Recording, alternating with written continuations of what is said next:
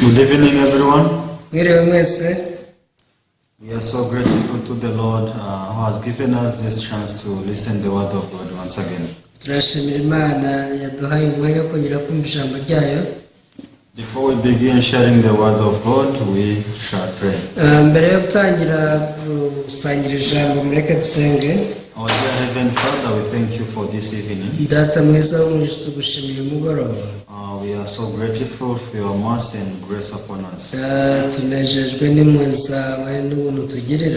Father, we are not strong, we are not wise, even we are not good according to the Bible.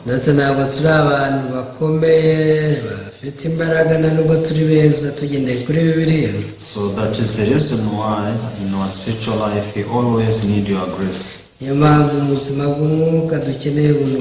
Someone who needs grace is someone who was not qualified.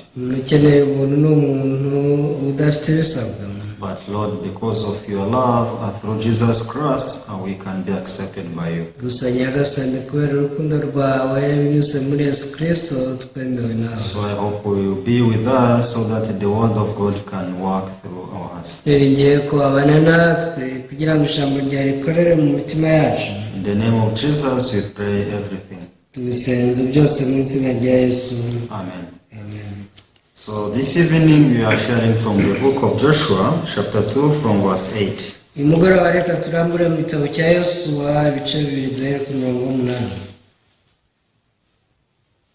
If you have the Bible, you can open the book of Joshua, chapter 2, from verse 1 through 21.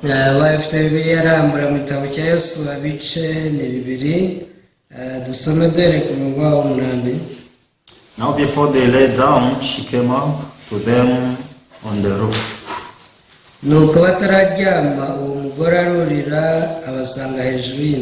she said to the men, I know that the Lord has given you the land, that the terror of you has fallen on us, and that all inhabitants of the land are faint-hearted because of you.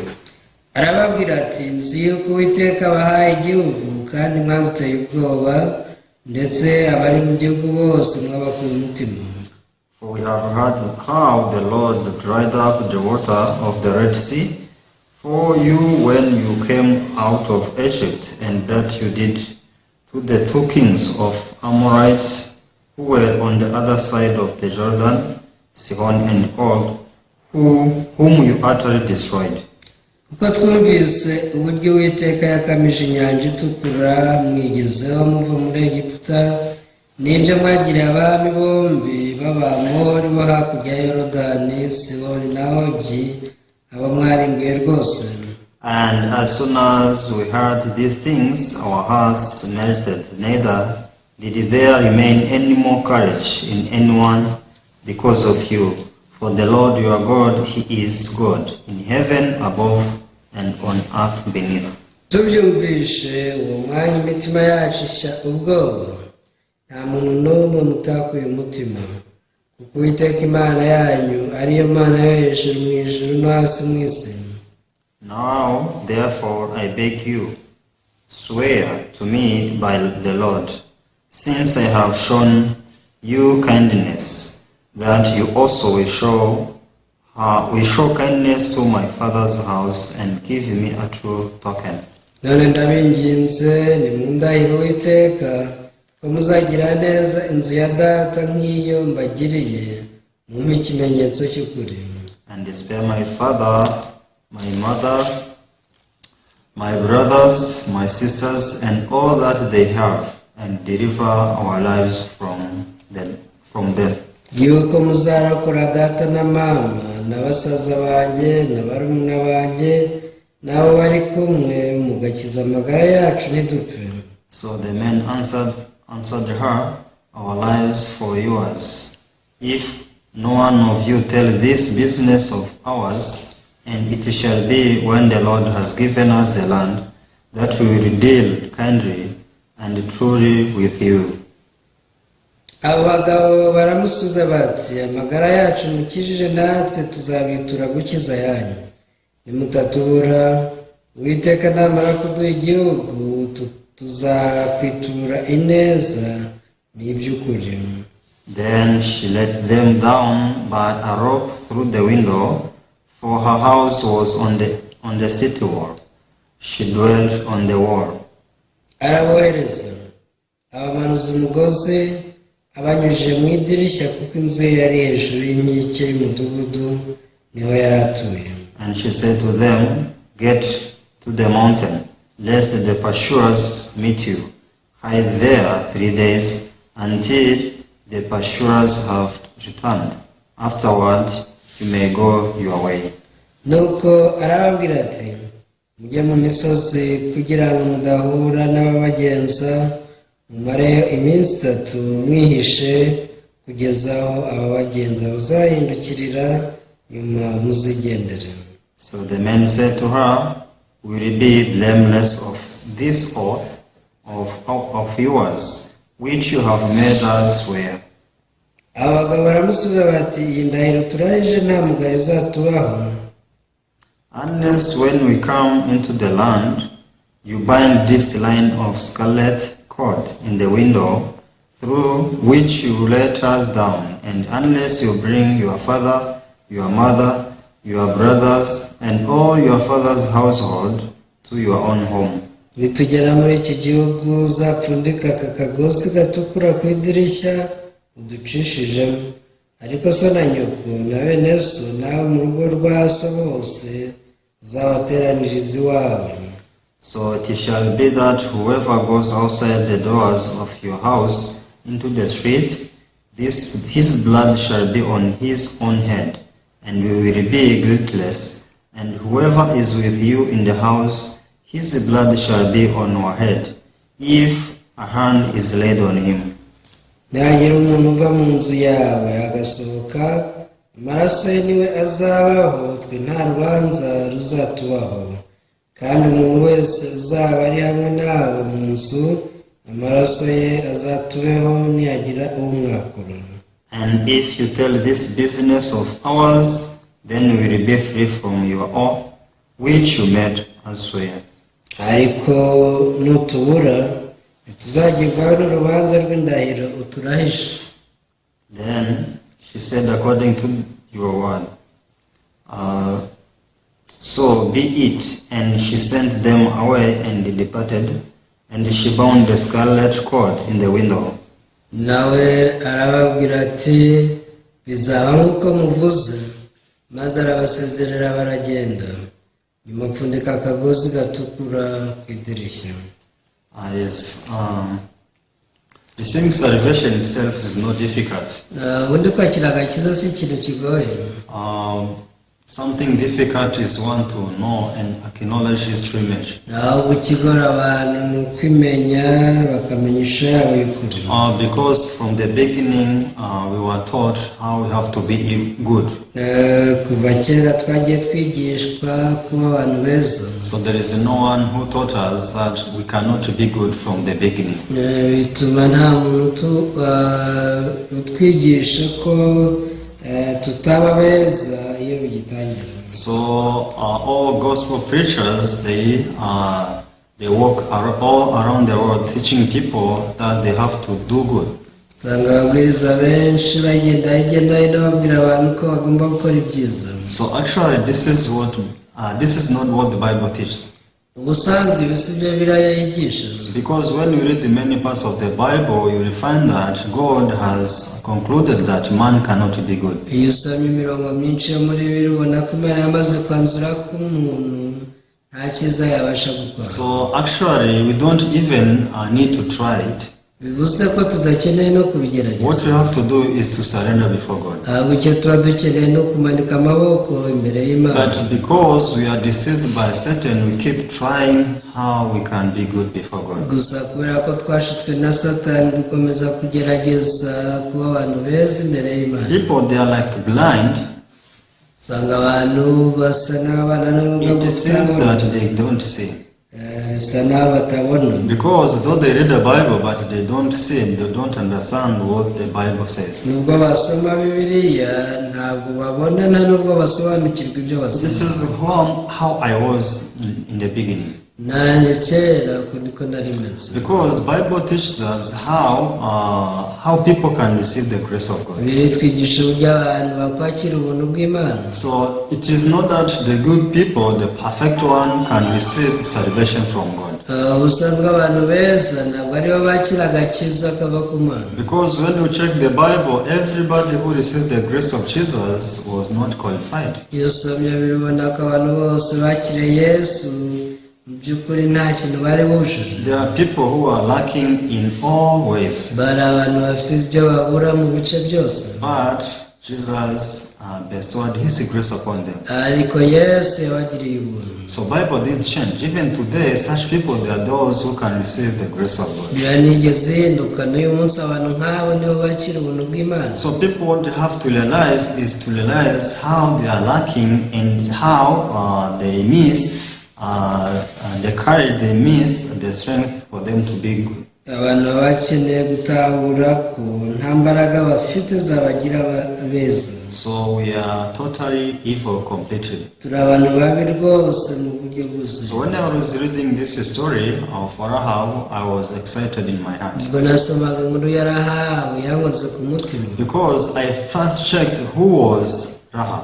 Nabanje gushakisha ngo menye Rahabu yari muntu ki. So Bible told me Rahab was a harlot. Bibiri mbwira ko Rahabu yari maraya. So we can think the harlot today. Musa n'abatekereza maraya uyu munsi. So I'm sure that the harlot, the name harlot, is recognized everywhere. Ijambo maraya ni ijambo rizwa ahantu hose. So I'm sure that she was not respected by anyone in this city. Nzi neza yuko nta bamwubahaga muri uyu murwa. So whenever you see the harlot, you despise him. You despise her. Buri gihe iyo ubonye abantu bicuruza abamaraya urabasuzugura. Because you know how they live, they survive by selling their body. Kubera kubuza uko babaho bigurisha. So actually there are people who cannot decide in the community. Ni abantu badashobora gufata icyemezo na kimwe muri sosiyete cyangwa mu muryango mugari. They are despised in that way. Baba basuzugurwa kuri icyo kigero. So Rahab was the one in this city of Jericho. Rahab yari umwe muri abo muri uyu murwa w'Yeriko. So actually one day God decided to destroy this city. Gusa umunsi umwe Imana yanzuye kurimbura uyu murwa. So because God was targeting to destroy this city using the children of Israel. Bitewe n'uko Imana yari yariyemeje kurimbura uyu murwa ikoresheje abana ba Isirayeli. After they crossed over the Jordan River, ubwo bambukaga umugezi wa Yorodani, they destroyed many different cities. hari imijyi myinshi babanje kurimbura. So the second one was this city of Jericho. Uwari ukurikiye wari umurwa w'Yeriko. So but before they destroyed this Jericho, gusa mbere yuko barimbura Yeriko, so we can see that the servant of God Joshua, he sent the spies so that they can spy this land. tubona ko Yosuwa yohereje abatasi ngo batate iki gihugu. So when these spies they came in the Jericho, ubwo abatasi bazaga Yeriko, so first of all they entered in the house of this harlot. babanje kwinjira kwa maraya Rahab. So when they entered in the house of harlot, bageze kwa maraya, actually the way she reacted was not supposed to be that way. uburyo yabashubije rwose ntabwo bwari busanzwe. She was supposed to welcome them as her new client, yakagombye kuba yarabakiriye nk'abakiriya, because this was her job. kubera ko niko kazi yakoraga. Today I have received 2 men. abati dore mbonye abagabo babiri. So whenever she could see men, she could see money. buri gihe yabonaga abagabo yatekereza ku mafaranga bari bumuhe. But today was different. ariko uyu munsi byari Her bitandukanye. heart was already completely changed, umutima wari amaze guhinduka, because she had heard what the God of Israel is doing through his children. yari yamaze gusobanukirwa icyo Imana ya Isirayeli igenda ikora ikoresha abana bayo. What she did, she first of all listened from them. icyo yakoze mbere no kubatega amatwi. So after hearing that they are spies from the Israel, amaze kumenya ko ari abatasi b'Abisirayeli, she hid them. yarabahishe. She took them on the roof. yabajyanye ku gisenge cy'inzu. Even though the king of Jericho realized that the spies in the house of Rahab, nubwo umwami yari yatahuye ko hari abatasi binjiye mu rugo rwa Rahabu, but Rahab lied to the king of Jericho. She didn't release them. Rahabu yakaniye umwami ko ntabafite, ntiyigeze bamuha. So I was able to see that as soon as she saw these spies from the Israel, nabonye ko akibona aba batasi b'Abisirayeli, her heart was no longer on the side of the king, but her heart was on the side of the children of Israel. umutima we ntiwari ukiri mu ruhande rw'umwami w'i Yeriko, ahubwo wari warimukiye mu ruhande rw'Abisirayeli. So she was able to have the true fellowship with these spies. yaje kuganira n'aba batasi. So through this fellowship they made a vow. ndetse baza kurahirana. Because before they leave her house, mbere yuko bava iwe, they made a vow with her. hari indahiro bamurahiye. Because she believed completely that however this city will be destroyed, yari yaramaze kwizera neza ko umurwa ari muzarimurwa. I'm sure that God will not change his word. akavuga ati ndabizi Imana ntizivuguruza. So God one day is going to destroy the city of Jericho. ntakabuza umunsi umwe Imana izarimbura uyu murwa w'i Yeriko. So I can see in the heart of Rahab the city of Jericho was already destroyed. mbasha kubona ko umutima wa Rahabu Yeriko yari yamaze gusenyuka. Yes, everyone was still enjoying the city. abantu bose bari barimo bakishimira umurwa. So everyone was admiring this city of Jericho because it was very strong. barawushimagizaga bavuga ati uyu ni umurwa ukomeye. But Rahab was different. Rahabu byari bitandukanye. And Jericho is already destroyed in the eyes of God. yavuga ati Yeriko yamaze kurimbuka rwose mu maso y'Imana. Even though Jericho was still there, but Rahab was having the eyes of God. nubwo Yeriko yari ikiri, ariko Rahabu yari afite amaso y'Imana. That is the reason now when she met these two spies, she didn't take them as granted. niyo mpamvu ubwo yabonaga abatasi atigeze abapfusha ubusa. So when they made a vow, they left her house. yarabarahije barangije baragenda. Actually, the vow was like this. indahiro dore uko yari iteye. She knew that once the city is destroyed, no one will survive. yarazi ko nibarimbura umurwa nta muntu uzarokoka. Verse 14, the Bible says, So the men answered her, Our lives are for yours. If no one of you tell this business of ours, and shall be when the Lord has given us the land, that will deal kindly and truly with you. umurongo wa 14 uravuga ngo abagabo baramusubiza bati amagara yacu mukije natwe tuzabitura gukiza yanyu. nimutatubura Uwiteka namara kuduha igihugu tuzakwitura ineza n'iby'ukuri. So this is the promise these people gave her. iri ni isezerano bamusezeranije. It means we will not be destroyed. yaravuze ati rwose we ntabwo ushaka kurimbuka. Even though everyone can be destroyed in Jericho, but you will not. nubwo abantu bose Yeriko barimbuka, ariko we ntibizakubaho. So they kept on telling her this. bakomeje kumubwira bati. Verse 15 says, Then she let them down by a rope through the window, for her house was on the city wall. She dwelt on the wall. arabohereza bamanuza umugozi abanyuze mu idirishya, kuko inzu yari hejuru y'inkike y'umudugudu, niho yari atuye. Verse 17, So the men said to her, We will be blameless of this oath of yours which you have made us swear. 17 abagabo baramusubiza bati indahiro turahije nta mugayo uzatubaho. Verse 18, Unless when we come into the land, you bind this line of scarlet cord in the window through which you let us down, and unless you bring your father, your mother, your brothers, and all your father's household to your own home. tugera muri iki gihugu uzapfundika aka kagozi gatukura ku idirishya ducishijemo, ariko so na nyoko na bene so n'abo mu rugo rwa so bose uzabateraniriza iwabo. Yes, this is what they told her. ibi ni byo bamubwiye. So one day will come, umunsi muzaza. But once we come, how will you know your house? Ese umunsi nugera inzu yawe tuzayimenya gute? So you have to put this scarlet cord on this window you have let us down. Genda ushyira akagozi gatukura mu idirishya waducishijemo ry'inzu yawe. Because when we come, we see this scarlet cord, then we recognize that this is the Rahab's house. Natwe nitubona ko kagozi gatukura tuzamenya ko iyo ari yo nzu ya Rahabu. So because of that, we will not cause any trouble in your house.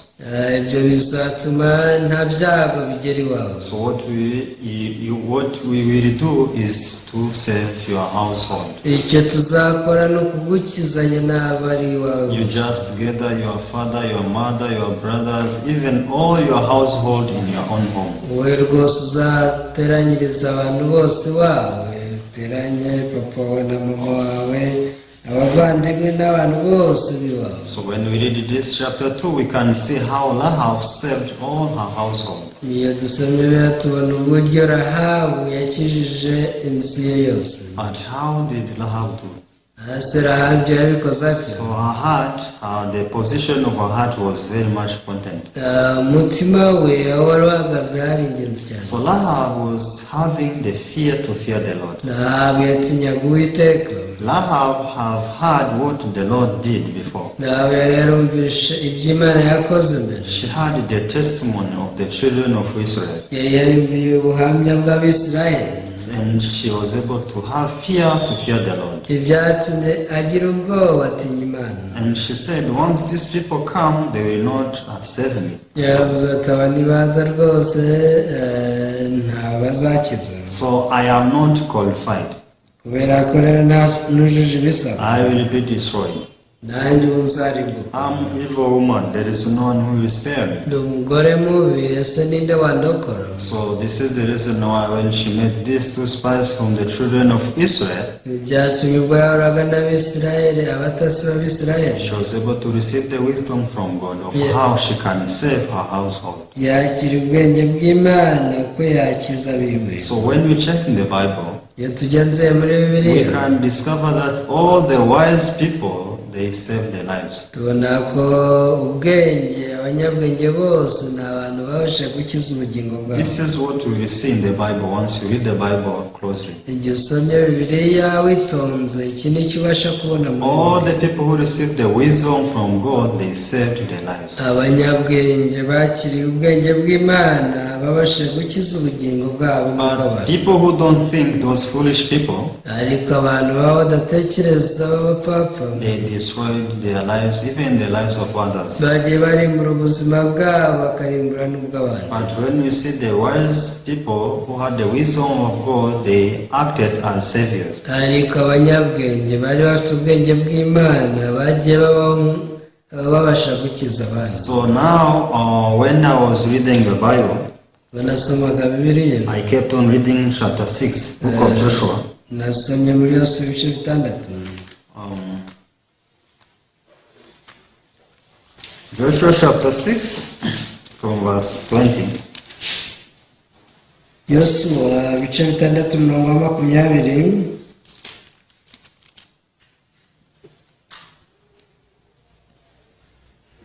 So the people shouted when the priest blew the trumpet, and it happened when the people heard the sound of the trumpet, and the people shouted with a great shout, that the wall fell down flat. Then the people went up into the city, every man straight before him, and they took the city. Abantu baherako barangurura amajwi, abatambyi bakivuza amahembe. Muri ako kanya abantu bumvise amajwi y'amahembe barangurura amajwi, inkike z'amabuye zirariduka, abantu barazamuka batera umudugudu, umuntu wese imbere ye barawutsinda. And they utterly destroyed all that was in the city, both man and woman, young and old, ox and sheep and donkeys, with the edge of the sword. Barimbuza rwose ibyari muri uwo mudugudu byose, abagabo n'abagore, abato n'abakuru, inka n'intama n'indogobe babyicisha inkota. But Joshua had said to the two men who had spied out of the country, Go into the harlot's house, and from there bring out the woman and all that she has, as you saw to her. maze Yesu abwira abagabo babiri batataga igihugu ati, nimwinjire mu nzu ya Marayo, musohore uwo mugore n'ibyo afite byose nk'uko mwamurahiye. And the young men who had been spies went in and brought out Rahab, her father, her mother, her brothers, and all that she had. So they brought out all her relatives and left them outside the camp of Israel. Nuko abasore bari batase barinjira, basohora Rahabu na se na nyina na bene se n'ibyo yari afite byose n'umuryango wabo wose, babishyira inyuma y'urugerero rw'Abisirayeli. But they burned the city and all that was in it with fire. Only the silver and gold and the vessels of bronze and iron they put into the treasury of the house of the Lord. Umudugudu barawutwika n'ibyarimo byose, keretse ifeza n'izahabu n'ibintu by'imiringa n'iby'ibyuma, kugira ngo bazabishyire mu nzu y'ububiko bw'Uwiteka. So the time came when the city of Jericho was destroyed. Everything was destroyed. Everyone was destroyed. Only Rahab and her household was saved. So what did Rahab do to save her household? What can I do and what can you do to save the lives? Just receiving the wisdom from God. How can we receive the wisdom from God? And what is the wisdom? So many people, they think being wise is to become like a brilliant in this world. Many people, they think is knowing everything. Many people, they think is to be educated high. But those things have nothing to do with the wisdom. If you check the Bible closely, you will discover that wisdom is you acknowledging your lackings. When you discover that you are lacking, so from that moment you become wise. So many people, they live their spiritual life but foolishly. So they think that what they are doing is true. They think that their life is godly.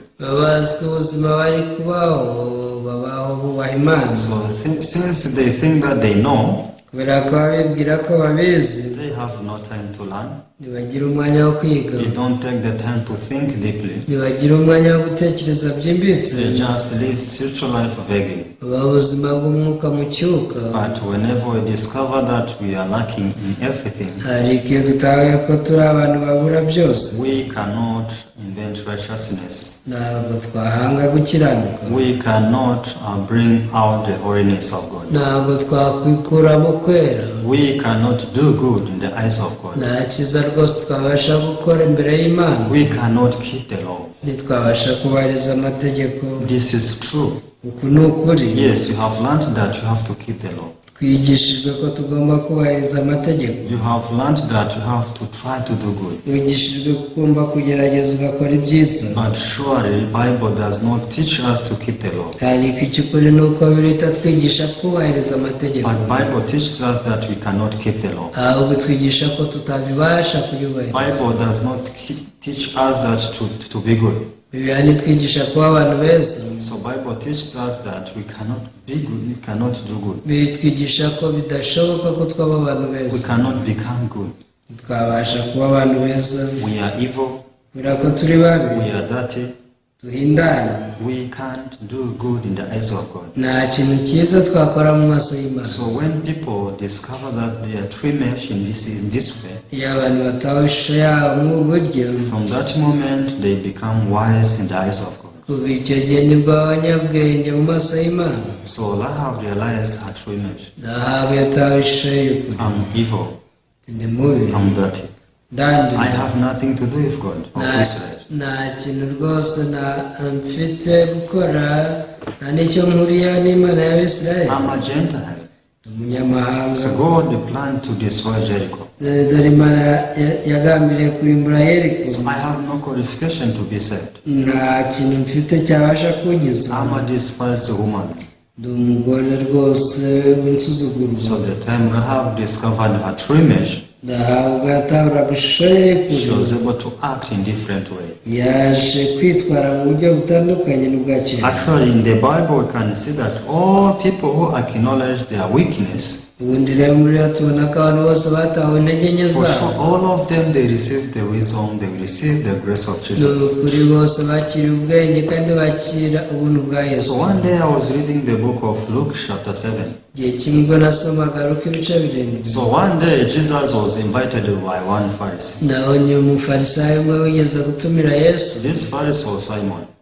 Yitwaga Simoni. When he invited him, ubwo yatumiraga Yesu, so they started sharing in the house. batangiye gusangira. But suddenly one harlot woman entered the house. Mu buryo butunguranye umwe mu bagore b'abamaraya yinjiye muri iyo nzu. After entering in the house, she met Jesus and Pharisee. Akinjira mu nzu yasanze Yesu n'umufarisayo. So I was surprised to see what this harlot woman did to Jesus. Natungwa no kubona ibyo uyu maraya yakoreye Yesu. She knelt down Yarapfukamye and she started crying. atangira kurira. And she poured her tears on the feet of Jesus. Yafashe amarira ye asuka ku birenge bya Then Yesu. she started weeping these tears and the feet of Jesus with her hair. Arangije afata umusatsi we atangira kuwanaguza amarira ku birenge bya Yesu. So Jesus, to see the heart of this woman, Yesu ubwo yabonaga umutima w'uyu mugore, the heart of Jesus was broken. Yesu rwose yakozweho. So that time Jesus called this Pharisee. Yesu ahamagara umufarisayo. You Simon. Avuga ati Simoni. So there is a man who had the creditors, two creditors. Ati hari umuntu harimo umwenda, abantu babiri bamuri mu mwenda. So one was 500 denarii. Tumwe harimo idenari y'Magana500. Another one was owing him 50 denarii. Ariko undi yari amurimo idenari ya 50. But this man decided to forgive their debts. Ariko uyu muntu yemeye kubaharira iyo myenda bombi. So Simon, how do you think about it? Hanyuma Simoni ubitekerezaho iki? Who will love this master more than another one? Ati se koko ninde utekereza uzakunda shebuja kuruta undi? So the Simon said, I think is the one who was having 500 denarii. Aravuga ati ntekereza ko ari uyu wari uri mu mwenda munini w'amadenari 500. So same Jesus answered to Peter, told Simon. Ibyo Yesu yahise abwira Simoni ati, So you see, I have entered in your house. ati ntureba ko ninjiye iwawe. You didn't even give me water to wash my feet. Nigeze umpa amazi ngo nkarabe ibirenge. You didn't even give me oil to put in my hair. Nigeze umpa n'utuvuta two gusiga mu mutwe. But you see, this woman, as soon as she entered in the house, ariko rero uyu mugore akinjira iwawe, she didn't cease to wipe my feet with her hair. nigeze arekera aho kogesha ibirenge byanjye amarira yayanaguza She umusatsi. had poured the expensive oil in my hair. Tugeretse kuri ibyo yasutse amavuta y'igiciro cyinshi mu mutwe wanjye mu musatsi. So, but you did nothing. Ariko we ntabyo wigeze ukora. So, same to you, those who are given few things will love few. Ati rero nicyo Will kintu love less. ababariwe byinshi n'ababariwe bike, uwabariwe bike azakunda gake, ariko ababariwe byinshi azakunda cyane. Yeah, this is what Jesus told Simon. Iki ni cyo Yesu yabwiye Simoni. So what does it mean? ese bivuze iki? When Simon saw this harlot weeping and wiping the feet of Jesus with her hair, ubwo simoni yabonaga uyu mugore arira ku birenge bya yesu akabihanaguza umusatsi, Simon was criticizing Jesus and this woman so much. yari arimo anenga yesu ndetse n'uyu mugore. If this man have come from God, might have known who is this woman. yatangiye kwibwira ati uyu rwose yaba yaravuye ku Mana, yakagombye kuba yamenye n'uyu mugore uwo ari we. This and dirty and disgusting woman. ati ni umugore uhindanye uteye ishozi, A woman who can even greet me, who cannot greet me. umugore utabasha njye no kunkoraho ngo aransuhuza.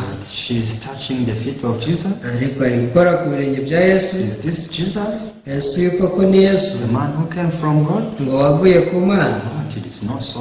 ntabwo ari byo. So Simon was thinking that he is good, simoni yatekerezaga ko ari umuntu mwiza, he is righteous, ko akiranuka, he is a Christian, ko ari umukristo, he does spiritual life very well. ko abaha ubuzima bw'umwuka bw'ukuri. But this woman ariko uyu mugore is disgusting, yari ateye ishozi, just a harlot. yari maraya But gusa. amazing thing, yagitangaje, Jesus spoke to this woman, yesu yabwiye umugore ati go and all your sins are forgiven. igendere rwose, ibyaha byawe byose urabibabariwe. So this woman was able to live with her forgiveness of sin in her heart. uyu mugore yatashye afite imbabazi z'ibyaha bye mu mutima we, Because the humbleness in the heart of this woman was able to touch Jesus. guca bugufi ku mutima w'uyu mugore kwakoze kuri yesu. So even this woman is the one who only received this message of Jesus. kandi uyu mugore niwe wenyine bakiriye ubwo butumwa yesu yatangiye. Go and you are forgiven of all your sins. genda ibyaha byawe byose wabibabariwe. So what did this woman do for her to be forgiven? ese ni iki umugore yakoze ngo ababarirwe? Actually nothing. ibyo ntacyo. Only she discovered her true image. icyo yatahuye n'ishusho y'ukuri. I'm a servant of Jesus. abati ngenda umuja wa yesu. So I'm nothing, only a harlot. nta kintu ndi cy'ubundi uretse kuba ndi maraya. I need to be on the dust. ngendeye kwibera mu mukungugu. So when Jesus saw the heart of this harlot, ubwo yesu yabonaga umutima w'uyu she was mugore, able to give her the promise.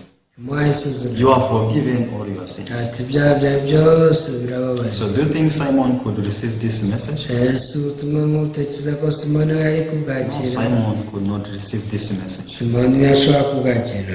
I'm forgiven all my sins. yari kuvuga ati se koko mbabarira ibyaha byanjye byose? Do I have sins? ese ubundi ibyaha mbabarirwa ni ibihe? I'm a Pharisee. ndi umufarisayo, Keep the law. yubahiriza amategeko. I'm the child of Abraham. ndi umwana wa aburahamu, I'm the son of God. ndi umwana w'imana. I'm forgiven my sins. none uravuga ngo mbabarira ibyaha? I have no sin.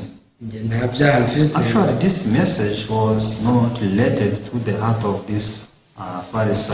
ubundi ubutumwa nk'ubu ngubu ntabwo bwabashaga guhuza n'umutima w'umufarisayo simoni. Because Simon's heart was very high than the heart of Jesus. umutima wa simoni wari hejuru cyane, hejuru ya yesu. And the heart of this harlot was very low. mu gihe umutima wa maraya wari uciye bugufi. So since her heart was very low, she was able to receive the word of Jesus. kubera ko umutima wari uciye bugufi yabasha kwakira ijambo rya yesu. So everyone, this message is not only for this harlot. burya ubutumwa ntabwo ari ubwagenewe maraya So gusa. will you take the position of Simon or you will take the position of this harlot? ariko se uzahitamo kujya mu mwanya w'umufarisayo simoni cyangwa uzajya mu mwanya wa maraya? So many people, they like to hold this heart of Simon. abantu benshi bakunda kugundira umutima nk'uyu wa simoni. They are sitting the position of Simon, Pharisee. baba bicaye mu ntebe y'umufarisayo simoni. But actually we can see that one who received the grace of Jesus is this harlot. ariko tubona kwakira ubuntu bwa yesu ari maraya. Why don't you like to be harlot, yet in the Bible you are harlot? ese kutemera kwitwa maraya kandi muri bibiliya witwa maraya? In our heart we need to accept that we are like this harlot. mu mitima yacu tugomba kwemera ko nta dutandukaniye n'iyi maraya. So from there we receive forgiveness of our sins. aho niho dushobora kwakira imbabazi z'ibyaha byacu. So I'm a harlot. ndi maraya. This is what I can only do. iki nicyo nabasha gukora cyonyine. Such people, they can receive the grace of Jesus. abantu nk'abo bakira ubuntu bwa yesu. So when you read the book of Luke chapter 15, we can see the same story. iyo usomye Luka 15 ubona inkuru nk'izo. Actually, Jesus was delivering the message. Yesu yarimo atangaza ubutumwa. We can read this verse. Umurongo Luke chapter 15, Luka 15 verse 1.